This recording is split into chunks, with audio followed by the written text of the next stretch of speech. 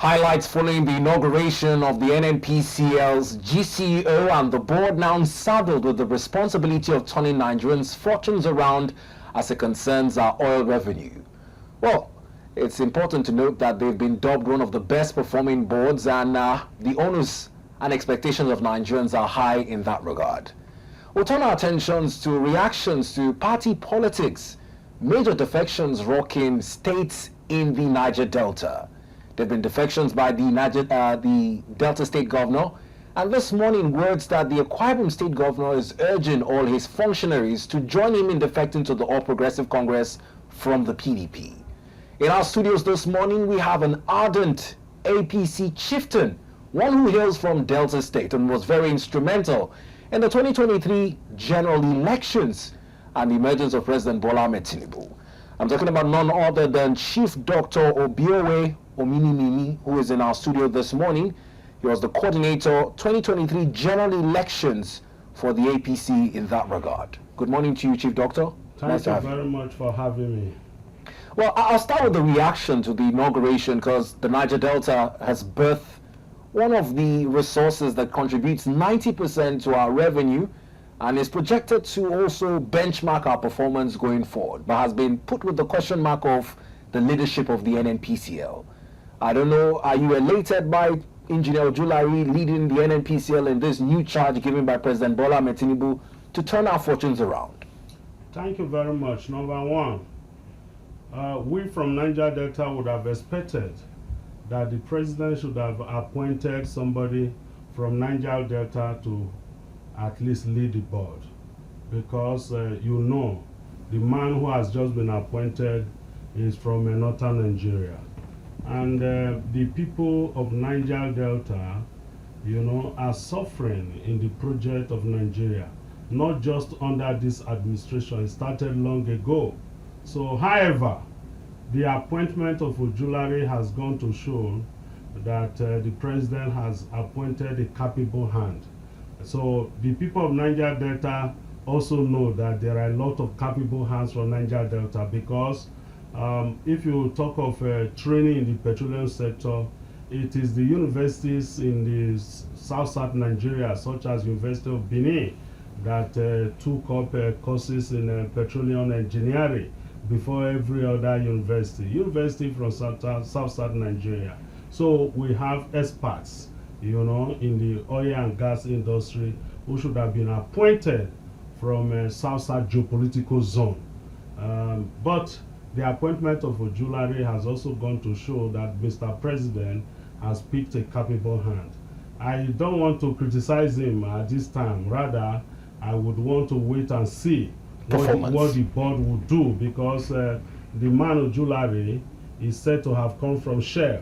Shell didn't do well, in the entire Niger Delta, because they polluted our environment, packed their loads and left.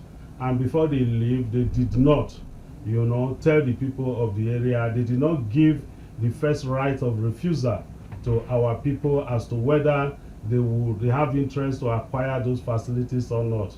They just sold those facilities to people who didn't come with any money. Instead, they also approached the Nigerian bank to get money to acquire those assets. So our people should have also done that. So Shell has no good record in Niger Delta, but the man Ojulari is a capable man, and let's wait for what he will do. My nature of person, I'm not a praise singer. I tell you the truth. So, but in the board, there are a lot of capable hands. Ojulari is an expert. Austin Avuru from Delta State is an expert. So, we believe that the board will succeed, but we will monitor them, because the issue bedeviling the people of Niger Delta are so serious. One, gas flaring. Gas flaring is killing our people, and secondly, we have pollution of the ecosystem. Our people have a lot of diseases. So we expect this board, not just in pursuing increase in oil production, but putting remediation on ground, one, to clean the environment and to solve the health hazard of the people of Niger Delta. We commend Mr. President in appointing capable hands. He's the president who knows what to do at every point in time. Tinubu is a man who believes that life should be good for the people. And these people that have been picked to run the board, we strongly believe that they will do well. So we will continue to interact with them. We will continue to ensure that we engage them. We will tell our community leaders, to always engage them. Instead of crisis, they should also follow up and give them the problems of the various community so that they can solve them. I am the spokesman of PANDEF, Pan-Niger Delta Forum, and so in this regard, we will interface with them to ensure that they do not fail, because if they fail, it will affect all of us. Little wonder you've spoken much like an advocate for the Niger Delta, a grassroots person as the spokesman of PANDEF. Unlike analytics, you seem to be very abreast with the real issues on ground in terms of the Niger Delta. Let's leave the NNPCL and come to your state. It will be the best starting point when we talk defections. The president yesterday at the APC Renewed Hope Summit at the State House talked about his optimism in expecting more defections. It's been led foremost by your governor, who is now decamped from the PDP to the APC. It's the question of what the president was also speaking to when he said he's been accused of leading Nigeria into a one-party state. The opposing argument is that it's based on the performance that is attracting governors from opposition parties into the stronghold of the APC. Where do you hold side in this debate? Thank you very much. Number one, for a man to leave his party, it therefore means that all is not well with that party. Today, PDP is no longer a party people used to know. The PDP is destroyed and is being bastardized. It didn't just start today. People started leaving the PDP many years ago when they saw that there is no light at the end of the tunnel, because the PDP is like a ship without a leader. And if you join a sinking ship, that has no option of fixing it, you have to jump out of that sinking ship. The governor of Delta State, Governor Sheriff Obiuwevbi, has done well to have left the PDP, because if he had remained in that party, in fact, of course, 2027 would have been a doom, to him. And it is on the basis of the performance of Mr. President Tinubu, that is now making people, to join the APC. And of course, very well, government is made up of 3 arms, the executive, the legislature, and the judiciary. Both the executive and the legislatures are elected under a democratic situation. And so when you look at the combination of the executive and the legislature, they are doing well. The executive led by President Tinubu, in terms of infrastructure, infrastructures are now ongoing everywhere in the nooks and crannies of Nigeria. Yesterday, the Minister of Works, David Umahi, His Excellency Umahi, gave a very fine report when we went for PDP APC workshop. When we went for APC workshop at the Villa, and that report, you see projects covering the entire country. So from northwest, from northeast, from north central, from southwest, from south and southeast. And of course, there is a rail running from Lagos all the way to Calabar. So we expect that by 2027, a lot of projects would have been completed. So those who are running to the party now, they also know if they don't come to APC in 2027, they will be rejected in their various states. But like in Delta State, we've seen that beyond the executive, the legislative arm of government has also been rocked by defections. The Speaker, including 22 members of the House, have also defected to the APC. That is as a result of the performance of the APC at the center. And like I told you, if you look at also the legislature at the center, they've done very well under the leadership of Senator Akpabio.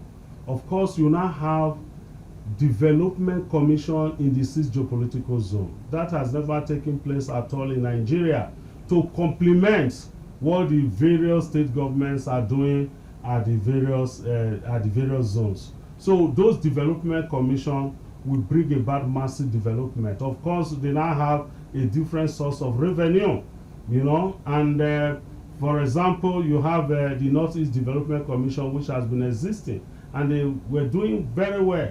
So now that you have these development commissions or the various zones, you know, you could see that the APC government, both the executive and the legislature, they mean business. They want to ensure that there's development in Nigeria.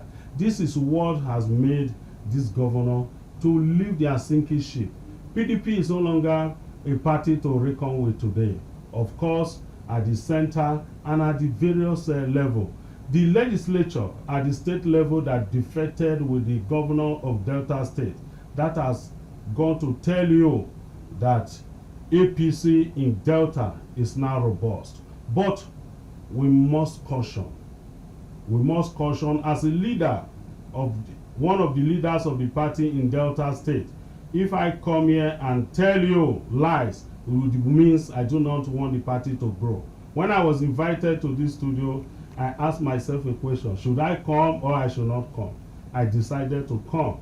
And having decided to come, my leader, late Chief Edwin Clark, told me, you must speak the truth at all times. A man dies twice. The first death is when you place yourself in a situation where you are unable to speak the truth. You know, that is the first death. The second death is the real death. So, the true situation in Delta, my advice to those that have defected with the governor is that they should go to the ward chairman and register for the party. They claim to be registering online. So if you are registering online and you do not meet your ward chairman, how do people know that you have joined the party? This is an honest position, because over time it has been the bane for certain disagreements at the party level. And it's from a position of individual aspirations and interest, because these are new party members. They would meet existing party members who before now have been nursing ambitions to run for certain elected positions or even have appointments under, take for instance, your governor's administration. This registration, would it serve as a platform to synergize these ambitions and come to a consensus on who takes what position or who gets what ticket? Members of existing political party are usually happy when they see people coming from other political parties to join them. We must commend the former Deputy Senate President, Senator Obiuwevbi CFR, who ran against Governor Sheriff in the 2023 general election. Yet, he went with the Vice President to Asaba to receive Governor Sheriff into the party. As one of the leaders of the party, I was also there. I went to Asaba Airport to receive the Vice President and Senator Omar Agege, in joining there to receive the governor at Asaba to the party. The governor has already joined the party, and I'm sure the governor has gone to his ward chairman to collect membership card. So those who defected with the governor in the various local government and the various ward, they should go to their ward chairman and collect membership card. If they do not do that, it therefore means they are running a parallel ESCO. You cannot claim to be doing online registration when there is an existing register of the party and your name is not there. So what happens in the next Congress? So if the ward chairman does not know you, your name is not on that register, how can you be called for a meeting? When you join a party, it is your responsibility to meet the existing party leaders, to tell them, I have joined you, give me the party card, and they will issue you party card. There is nobody that issues party card at the national level or at the state level. You must meet the ward chairman. That is the basis of administration of the party at the ward level.